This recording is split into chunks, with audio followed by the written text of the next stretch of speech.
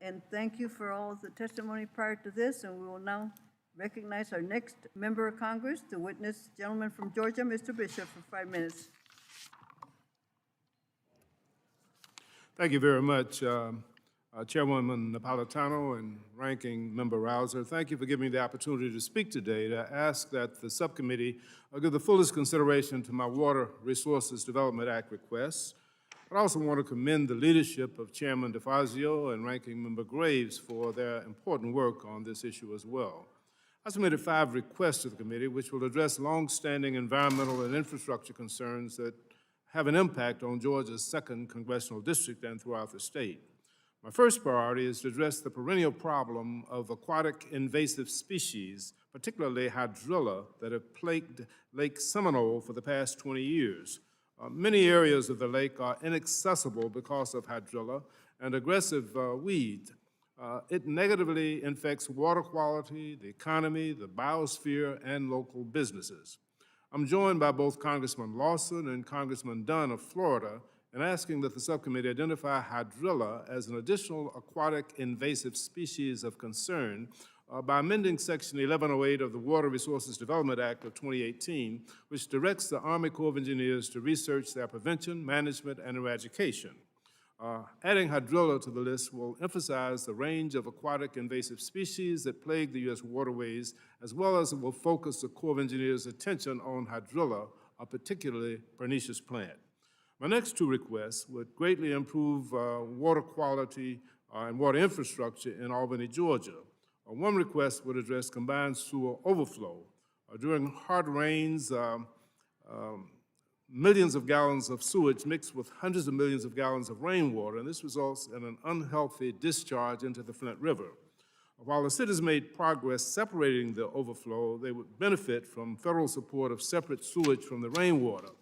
For this project, I'm requesting an authorization of $105 million in funding for this environmental infrastructure project. The next project for Albany involves the city's floodplain. July marked the 27th remembrance of the 1994 flood, which was a 500-year flood that literally submerged Albany and separated the city with floodwaters from the Flint River. The Albany State University campus was up to its rooftops and, of course, followed 4 years later by another 500-year flood that had the same results. The people in Albany still remember the tragedies that resulted from that. And so Albany still being flood prone, we're asking that the subcommittee support my request for a study on the feasibility of modifying the landscape to reduce the city's potential. My 4th request focuses on Georgia's maritime shipping infrastructure. As Dean of the Georgia Congressional Delegation, I join my friend and colleague Buddy Carter in requesting a study to determine the feasibility of widening the Savannah Harbor to accommodate a greater throughput of large vessels to ensure that the South's busiest port can keep pace with the ever-growing demand for maritime shipping. The Port of Savannah is the pride of Georgia, particularly in its role as the biggest, busiest, and most economically productive port in the region. The Savannah Harbor Expansion Project has completed many of its milestones since construction commenced in 2015. However, the existing federal channels still cannot adequately support the influx of newer, larger vessels that are calling on the port. Further improvements to the Savannah Harbor will undoubtedly spur economic activity in Georgia and the broader Southeast region. Finally, I'm requesting that the Corps of Engineers study the feasibility of utilizing a forecast-informed reservoir operation system in the Apalachicola-Chattahoochee-Flint River Basin. The FIRO system is an approved core policy and a flexible and adaptive water management tool to help water managers make decisions about holding back or releasing water from reservoirs based on modern meteorological, river flow, and other forecasting methods and metrics.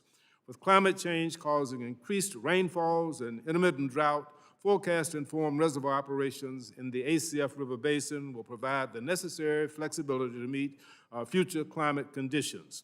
I'm grateful for the opportunity to testify on behalf of my WRDA request.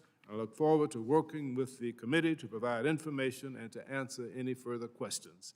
Thank you, and I yield back the balance of my time, 20 seconds. Thank you for your prompt response.